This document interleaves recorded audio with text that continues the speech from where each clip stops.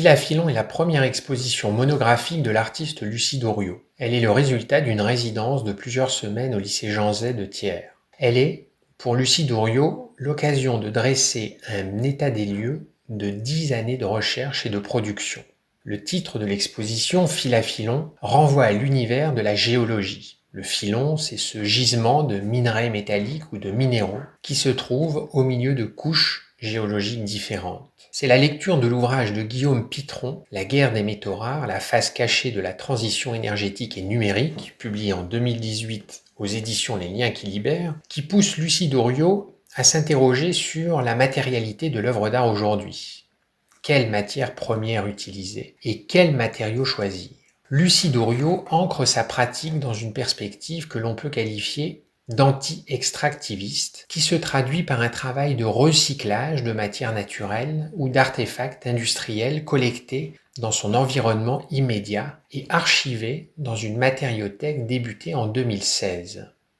Au premier étage de l'usine du May, dans la grande pièce, se déploient les 3 pièces d'une installation intitulée The Next Oil 2, qui peut se traduire par le prochain pétrole, réalisé en 2023. Composés de pâte de verre incrustées de limaille de cuivre, leurs facettes s'inspirent de la structure en tétraèdre de la monazite, un minerai de terre rare très convoité aujourd'hui. Dans la seconde salle, Lucie Doriot expose les 3 pièces de l'œuvre The Next Oil 1, réalisée en 2021.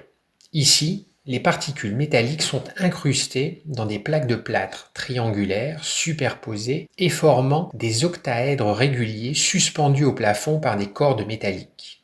Évoquant la boule suspendue d'Alberto Giacometti, autant que les mobiles d'Alexandre Calder, The Next Oil 1 est une sorte d'antithèse de la sculpture classique.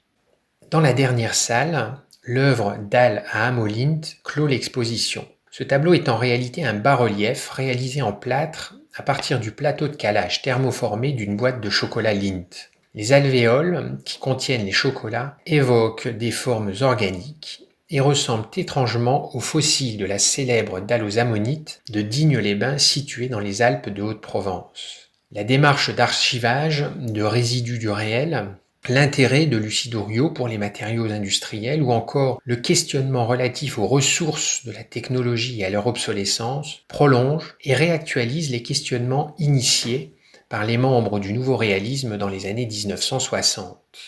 L'exposition Fil à filon de Lucie Doriot est à voir jusqu'au 20 septembre 2026.